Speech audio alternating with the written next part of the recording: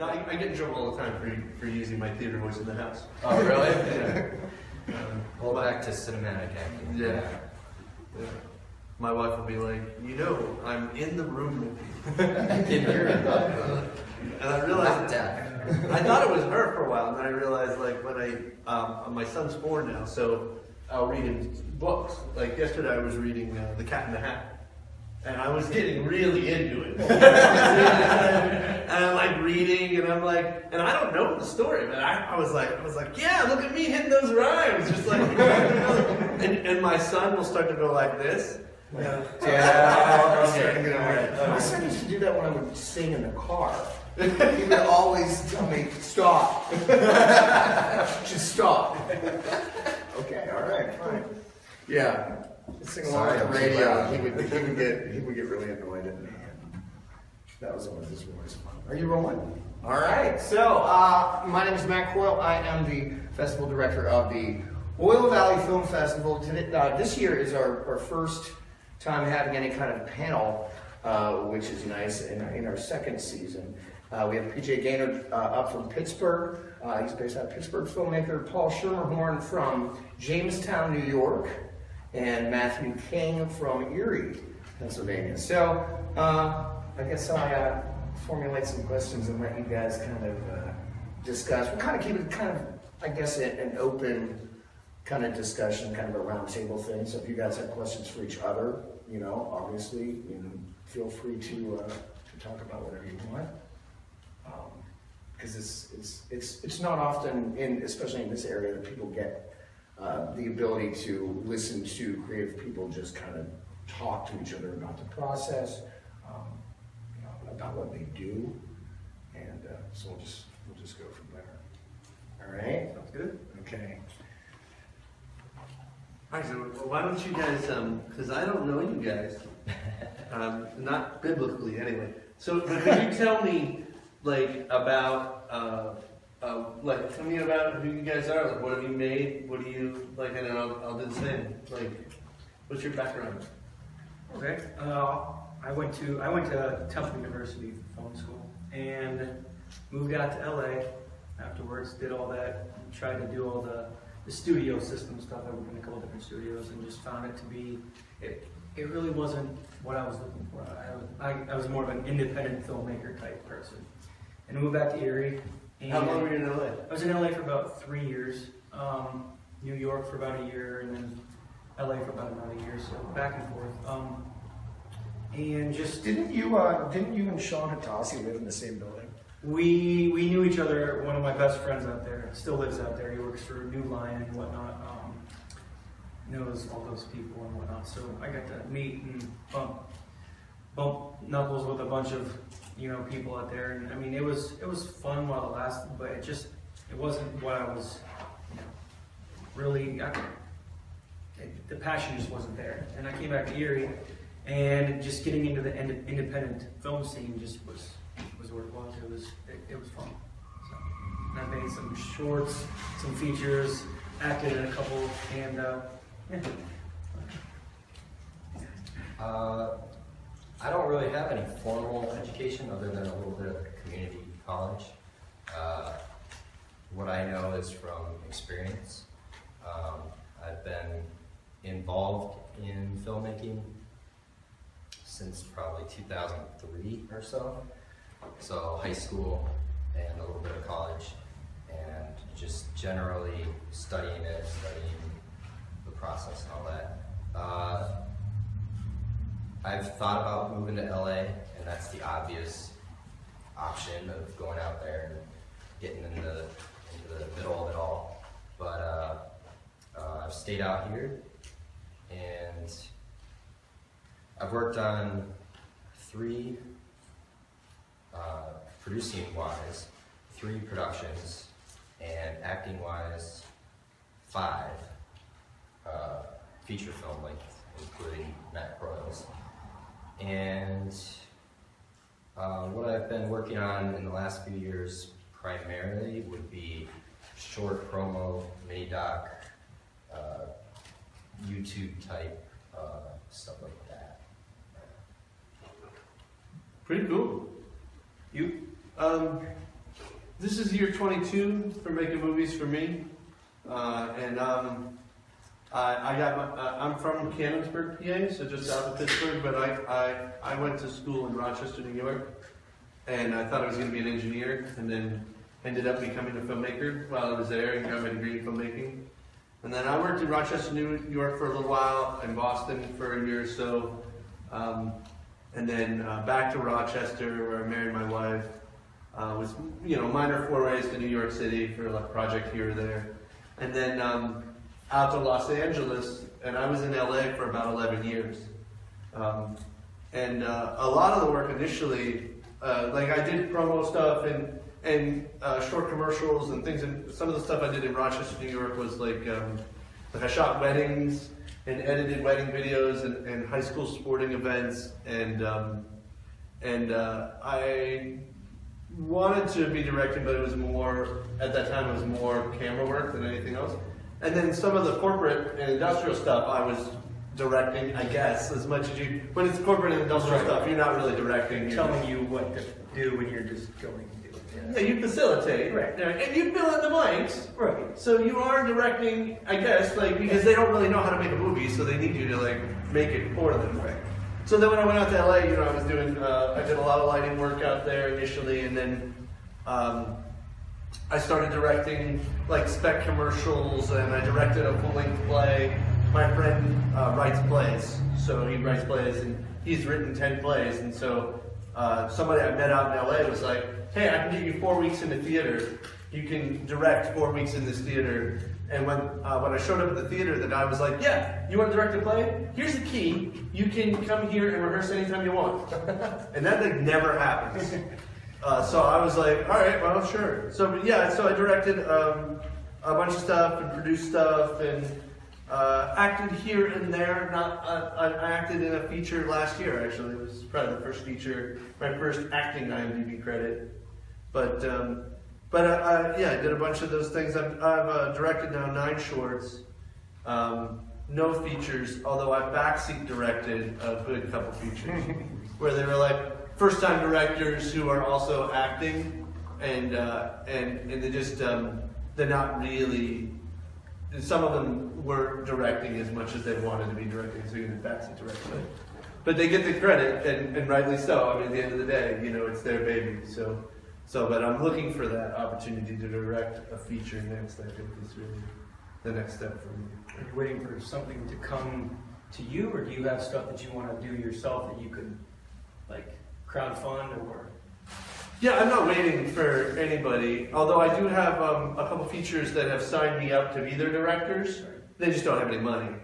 And I'm not waiting, but there are projects that when you read the script, you're like I read this.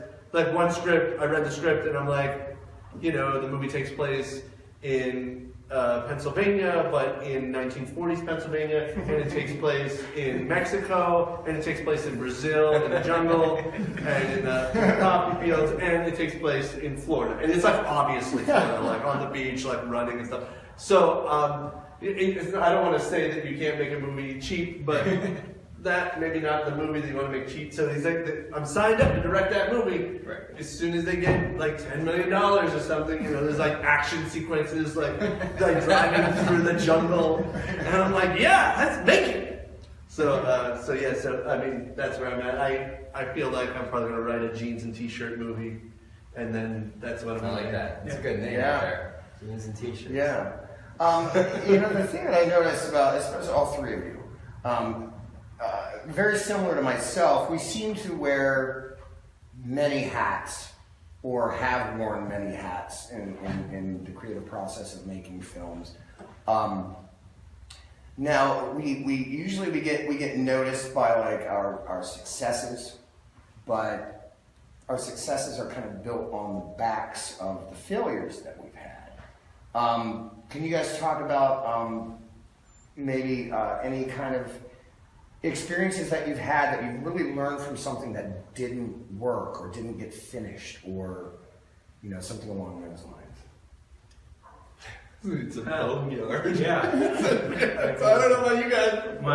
My whole life. I mean, there's stuff that you'll start and you'll finish. And then there's stuff that you'll start and it just gets put away, or you don't get to it, or you start filming, and then even on our film, we would film, and then an actor would halfway through would drop out. And you'd be like, what are we gonna do now? We're gonna have to reshoot all those person's scenes.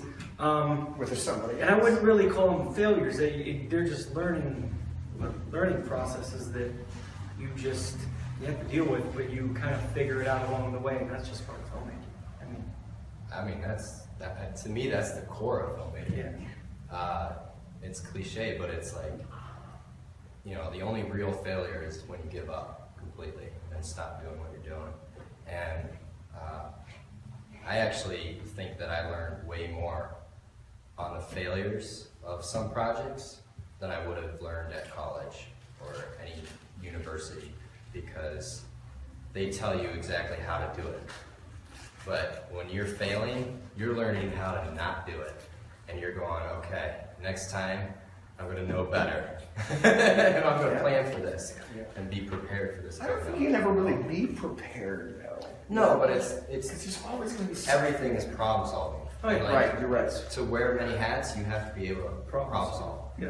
You know, it's like a good bartender. Like, you know, oh man, I'm here by myself, but I've got 30 people I need to serve. I'll figure out a way to do it. You know, that's really what filmmaking is, and directing and producing. To me, are like that. I think it's about being pregnant. Because, you know, like when you're pregnant with the baby and it's going well, right? Like in 9 months there is going to be a baby, as long as everything's going well, right? Right. But when you're pregnant with a movie, you can be pregnant for many, many years. You're just pregnant last, and you're like, how long am I going to be pregnant? Until you actively keep making you have to make the baby. And so I have got projects at home. I am very pregnant on many, many projects. There are some people that are very angry with me because of the projects that I'm pregnant with, and then other ones get finished. But I do think that the successes live on the backs of the failures, on the ones that you know. I remember the first real short that I feel like I got done, and I'm 9 in now. But that first one, I remember the editor was somebody who helped me on one of the ones in college that never got as polished, never got as finished as I wanted it to be. And I remember saying to him, we were like a year and 3 months into trying to get the short done. And I remember, he was my editor, and I just remember going over to his house and being like, dude, we can't fail. This can't be like that one. This must be done. It must be. And it got done. It got done. It was in many festivals, and but it was only because I was adamant, and because I was able to point to that other one and say, like, this can't be us. That's how it got done. As creators, we tend to put the responsibility of our stories on our own backs. What do you think audiences want in today's world? And you guys think is it your responsibility to worry about that at all, or do you take that into consideration at all, or do you just want to, say what you want to say?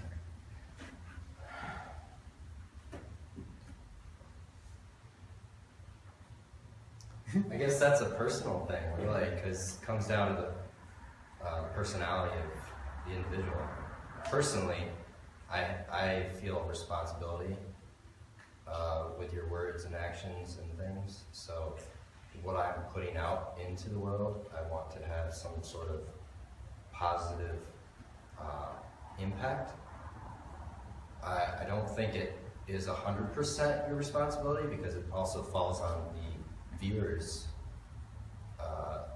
back to kind of have a bit of knowledge and context in what they're consuming in the world. So I definitely take some responsibility with what I'm doing, and it's up to you as a creator to determine what your level of responsibility is.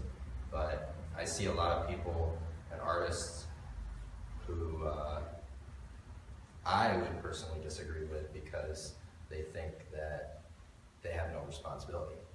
And I think with any platform, there is a great responsibility. Especially a public one. Yeah, you're influencing kids, parents, the world, and for future generations. So, words matter, in my opinion. I won't get political. I'll stay away from that area of that. You do anything? I think that, I interpret your question slightly differently. I have an internal governor about what I think the audience wants to see. Okay. And I built that internal governor out of being on stage, seeing what gets an audience's reaction in a moment, sitting in the theater, watching how they react to my work. And when it's successful, when it's not successful. But at the same time, I have to do work that I am excited about. Because if I do work that I think an audience is excited about, but I am not excited about, I just don't do that work. I only do what I'm truly, I have to harness my passion and my excitement because it's the only thing I'm willing to do 24 hours a day, that I'm willing to eat and sleep and breathe, and that I'm willing to put my family on hold for, and my life on hold for, and just dump my money into. So it's a balancing act where I do the thing that I love, and I do the thing that I think is right, and I do the things that I'm excited about, and the subject matter that I'm excited about, but I keep in the back of my mind, when I'm making it, this is what they want, this is what they will find palatable. I'm not gonna, I love experimental music. I love crazy things. I don't always know that my audience loves exactly that, but I think I know what they do love, and so I can take what I want to say and then sort of mold it a little. Bits of it. Yeah, in a sense. I see what you're saying. I agree. Matthew? I agree with that. When I write something or something comes to me, that I have to be passionate about it to even step forward and go forward with it. And it's stuff that I'm interested in, making stuff that I want to see.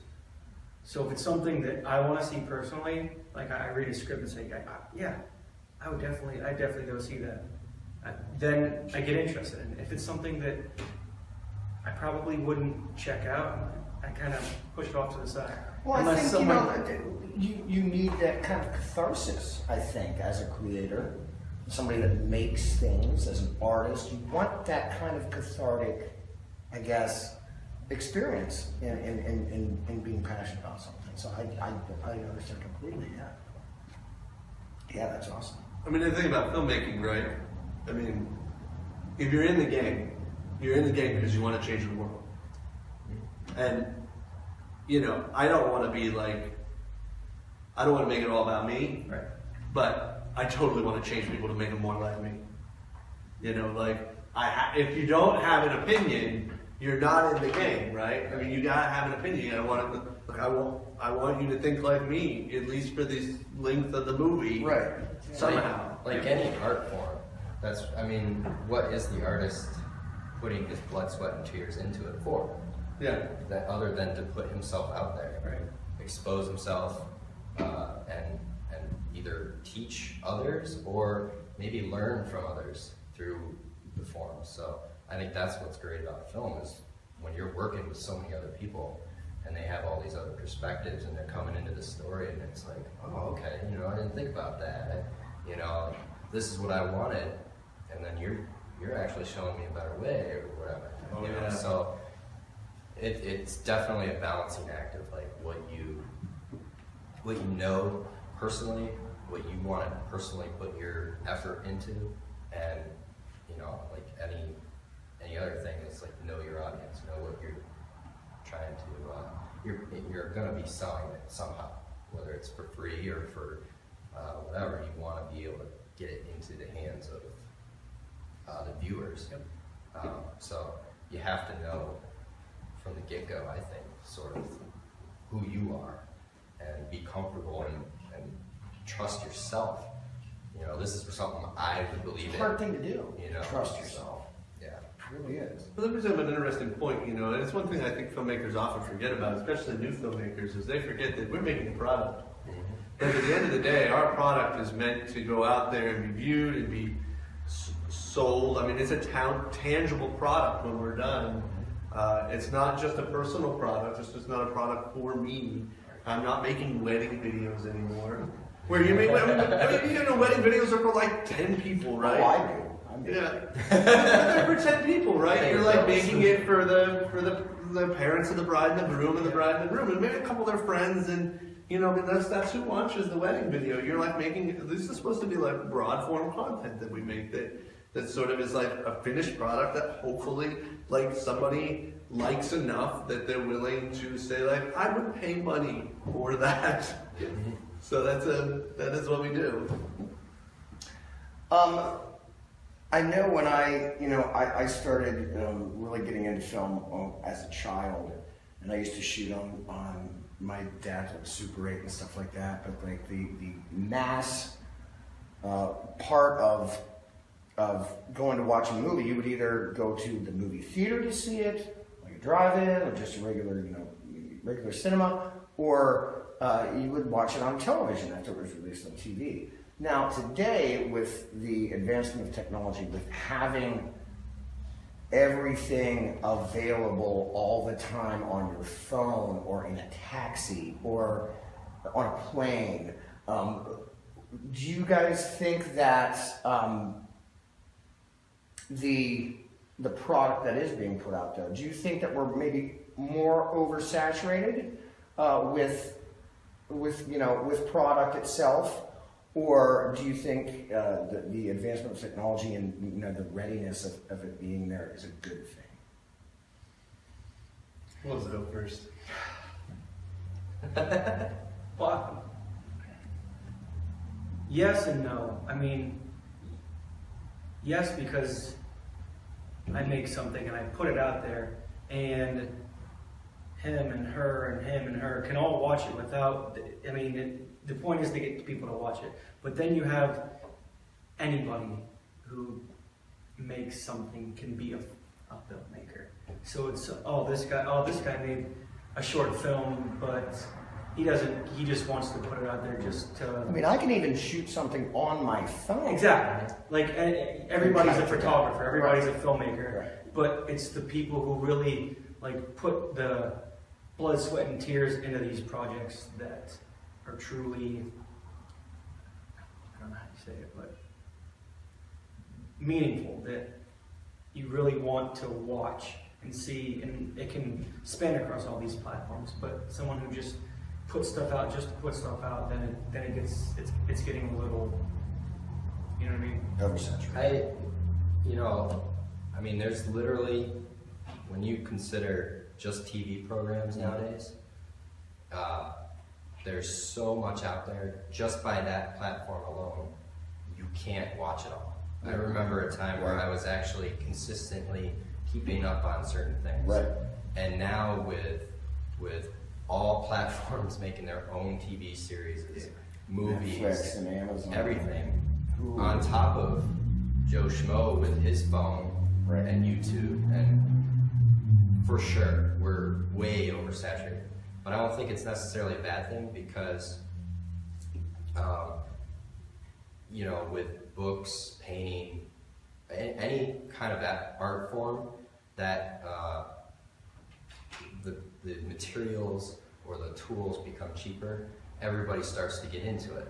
But kind of like what he says, he touched on it a little bit, where the people that are actually meaningful in telling a story, they're not just, okay, hey, here's another vlog of me watching TV, or just nothing. Those are the ones that are truly gonna stand out. And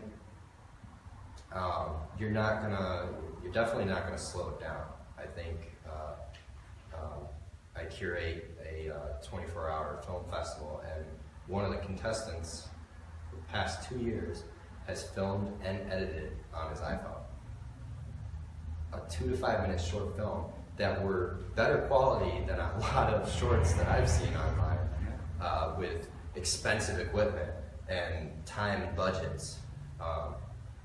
So I think it really just comes down to understanding, again, yourself and the art form, and really kind of caring about what Whether or not you putting can out there. transcend through the saturation. Yeah. Yeah. You know, Well, the thing you're talking about, where the TV show thing, I was actually listening to something on NPR, and they were saying that there's actually, I think it's the president of FX. I think it was the president of FX, and he said, he was like, I can't watch all the TV shows. He's like, I can't watch the shows on our channel and our competition. Like that's a dude who's getting paid to make this stuff. Like, it's his job to watch stuff. Like, he's not watching by accident. He can't keep up. There's shows he doesn't know the names of. That's not even like a YouTube video. We're talking about legitimate, like, they spent real money on these shows. Yes. He's like, I never heard about that one. Like that's what, you don't even want to say that, right? That's like bad for your job. Like, and he's like, and you wonder, like, where do you draw the line then? Because what happens to viewer ratings and the whole platform of understanding, like, oh, let's put our money into this or that because people are watching. It's like everything is an upheaval right now with just so much content. How do you know?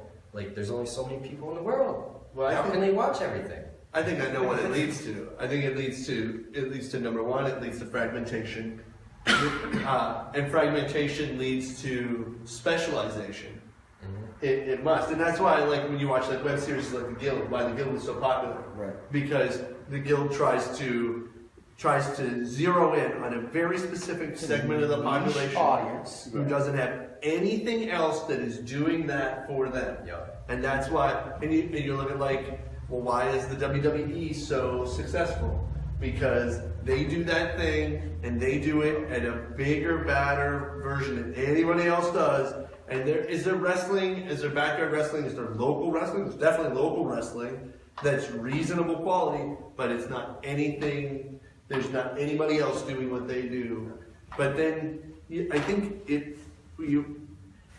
I think it leads to self-curating, right? I mean, that's really the key, is that we all end up having to make decisions about, like, nope, don't, like, I have a friend, she's in LA, she's like working on some show called Vindication.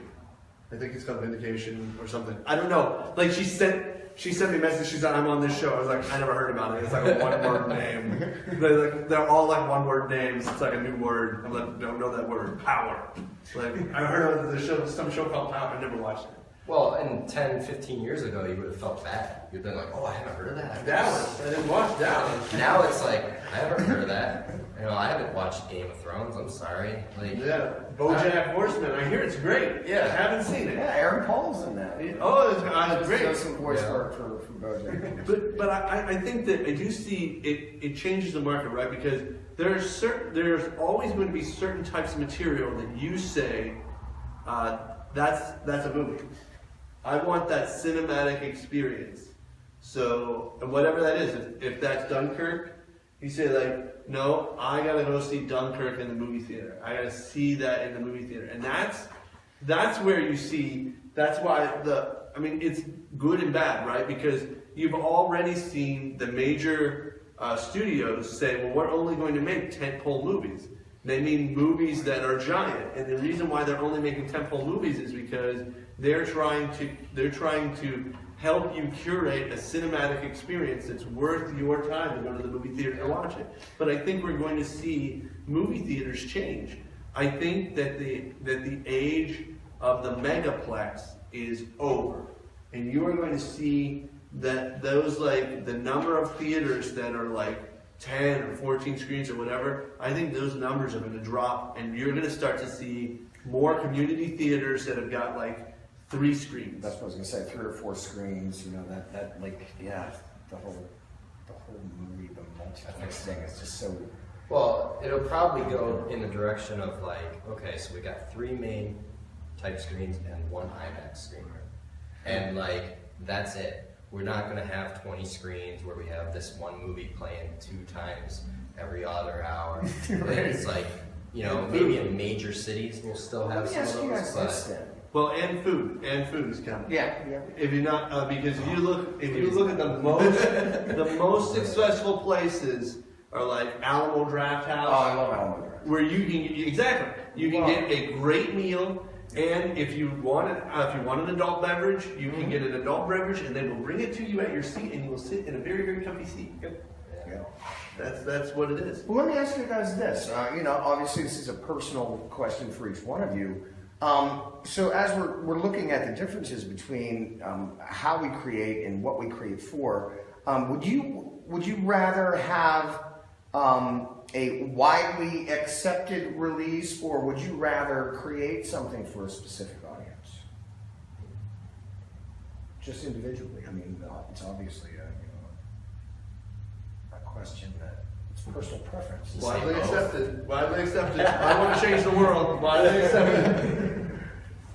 I'll take both. Yeah. Both. Couldn't you have something that's, fits that type of, Well, Dunkirk, I and think, then is what is widely accepted all over? something like Dunkirk would be.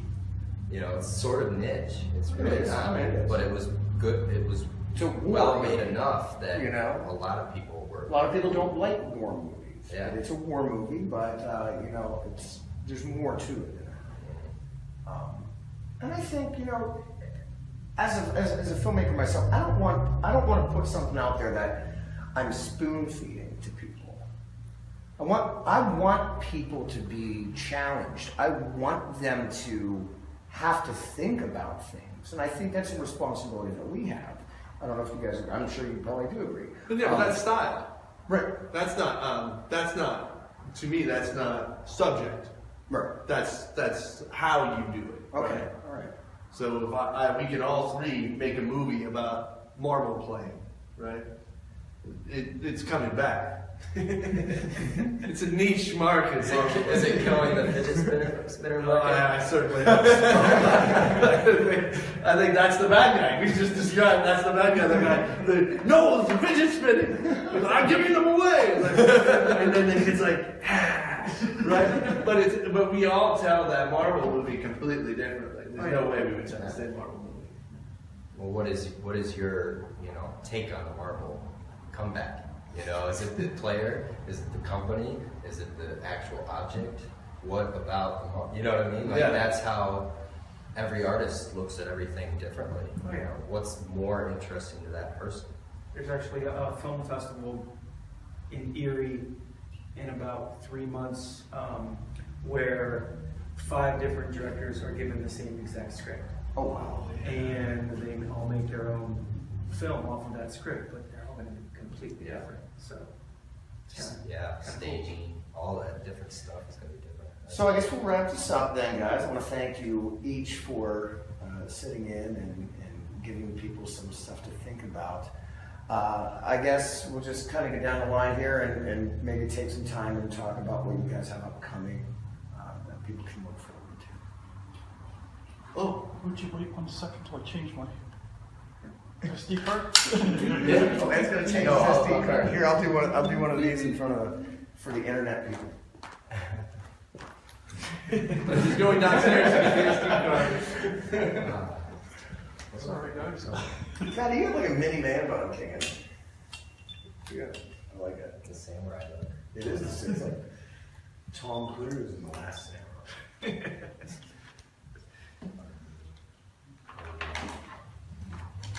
We'll do this and then we'll just talk. Yeah, I guess whatever you guys have upcoming and then. I'll go first because I don't have a lot going on at the moment. Well, I have everything already over for the year. Festivals and everything. Well, I mean, you could even talk about like something that maybe you would want to do, in the future. Okay. Yeah.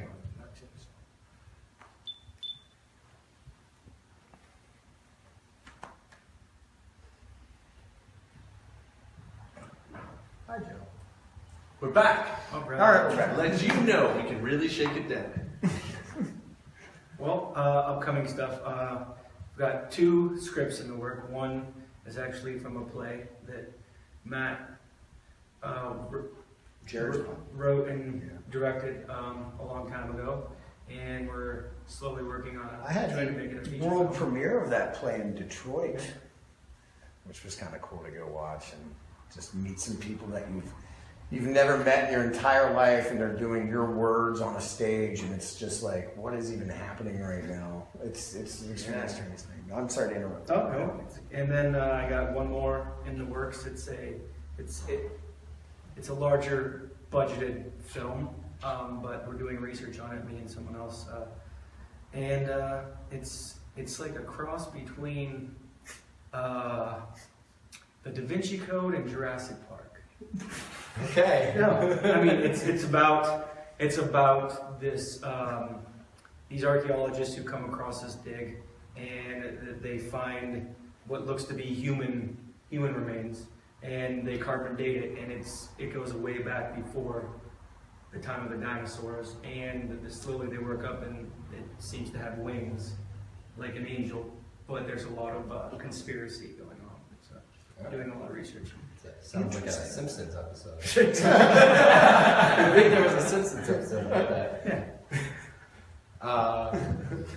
What do I have coming up? I recently had the Insomniac Film Festival, and that'll be next year in July. So if you're into filmmaking and you want to prepare for that, will be. Now, explain for the people that don't understand that. Explain what that process is. Yeah, what is it? It's sort of like the 48-hour film fest in Buffalo. This one is a 24-hour competition where in 24 hours you make a 2 to 5 minute short film. You write it, shoot it, Yep. edit it, score it, All in 24 hours. Yeah. And turn it in within 24 hours. the rules are pretty limited. Keep it around PG-13-ish, family friendly, and use some of the elements provided. And Such as like a word or a phrase, or a prop Yeah. or something. Okay. So there's that, and then I'll likely have the short story contest again that I just had. That was the first time I tried that. And what else? Continuing the Chautauqua Tonight thing, where I do interviews, musical guests, sort of like a Tonight Show platform on an individual YouTube video basis. Kind of expanding it out into an arts and cultural magazine online format. So if anybody's interested in that, or they have artists in the typically Chautauquan or surrounding areas that might want some sort of video exposure. Right. It's all free, I never charge for that. And a lot of the Insomniac and the short story contest kind of fall under that umbrella. Also looking into more podcasts. I've started filming and editing podcasts. And Which is interesting because a podcast isn't really meant to be filmed, but yet here that's you are. the new thing because technology and Well, space Joe is Rogan so does that cheap. with his, You and know? in studio as well. It started with probably Howard Stern. Like, he Right. was probably one of Yeah, the I mean, first to do that. technically, yeah, the radio show, but they would film it, turn it into a TV show too. At the same time. But now technology is so cheap It is. to a degree. It's cheap enough that you can have a couple cameras set up and film people talking about Back and things. forth, yeah, right. And I have plans for mini docs, like 10, 20-minute mini docs about Any specific specific subjects that you're looking for? stuff. Anything positive. That's good. I don't, there's, going back to when we started, a lot of what I do, I try to put some sort of positive take on Which things. is a quality I like that you have. So, yeah. So there's a lot of negative in the world, and through my art form, I don't need to be adding to that noise. In my opinion. PJ? I'm in post-production right now on a couple shorts. One's about like a first date, but the woman's texting her friend, and her friend sort of inserts themselves into the date to a point where she's wondering if what they're talking about is changing the way the guy is. So that's in post, and then we got second place in the 48-hour film project down in Pittsburgh this year, and so we're just, polishing that up to get ready to release that online. And I'm writing a feature film with Jerry Pietrella. I don't know if anybody here knows Jerry Pietrella. Jerry? Yeah, Jerry's the crazy guy, and him and I are writing a feature film about. He wants to play an angel. He's like, I want to play an angel in the movie. So it's a movie where Some crossover. Total crossover. it's like a dramedy. It's a dramedy where he gets to play an angel, and we go to hell a couple times, and we spend some time in purgatory and some time on earth. And, so Jerry and I are writing that very slowly, but we're writing that, and then a lot of my time recently has been spent teaching.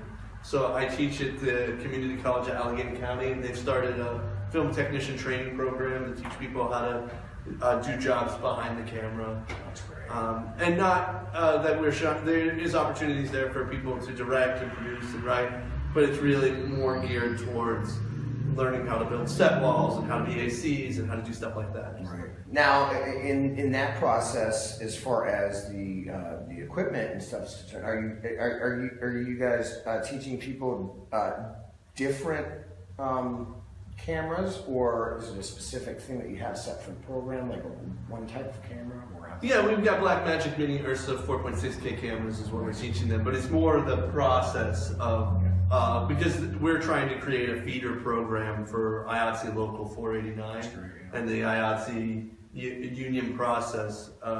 That's what that program is trying to do. So, we're teaching them like large style cameras with 2 assistant camera people and a gaffer and a key grip, and that sort of studio mode process, which is nice to have, because once you understand that process, I guess, you can always scale it back and work on, take something to a smaller set. Oh yeah, it's one of the first assignments I give them. I show them a sheet that has it all broken out. I was like, this is what happens when you have 90 people. Yes. Now you have 7.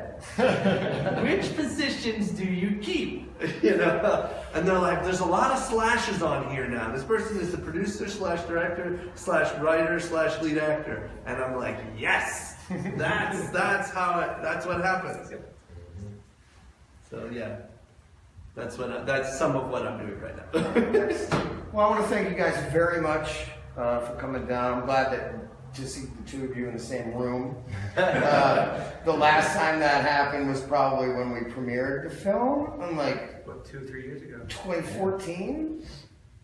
The last time that you guys were in a room together with me. Yep. So yeah, that's kind of great that you're both here tonight. PJ, thank you so much. I do want to give you some props. Your short film, The Illuminadora, played the festival this year, and we yesterday actually at the library, and it's very impressive. I was very thoroughly enjoyed by that. Thank you so Very much. thoroughly enjoyed it. Yeah. But I guess that's it for now. So I guess we can wave bye to the internet people. Bye, internet people. Thank you guys so much. Thanks. You're welcome. Appreciate it.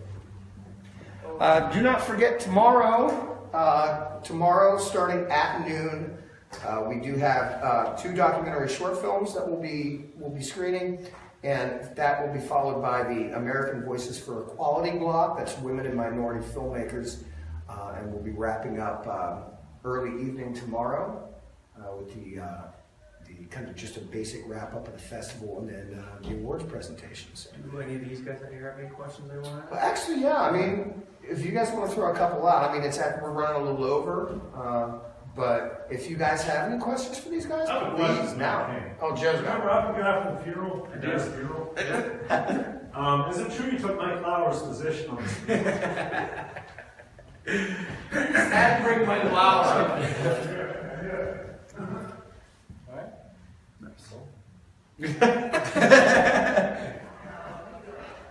I'll throw it out there. If anybody wants to get involved in anything, don't hesitate to contact people. Yeah. That's how connections start. Well, Oh, just saying, you know, if anybody wants to get involved in filmmaking, just reach out to people. You know? all right. Yeah, you can start. Thanks, everybody. Bye, Internet. Thank you, guys. That was awesome. It's a nice little discussion to have on. How long was it? I don't know. How long ago?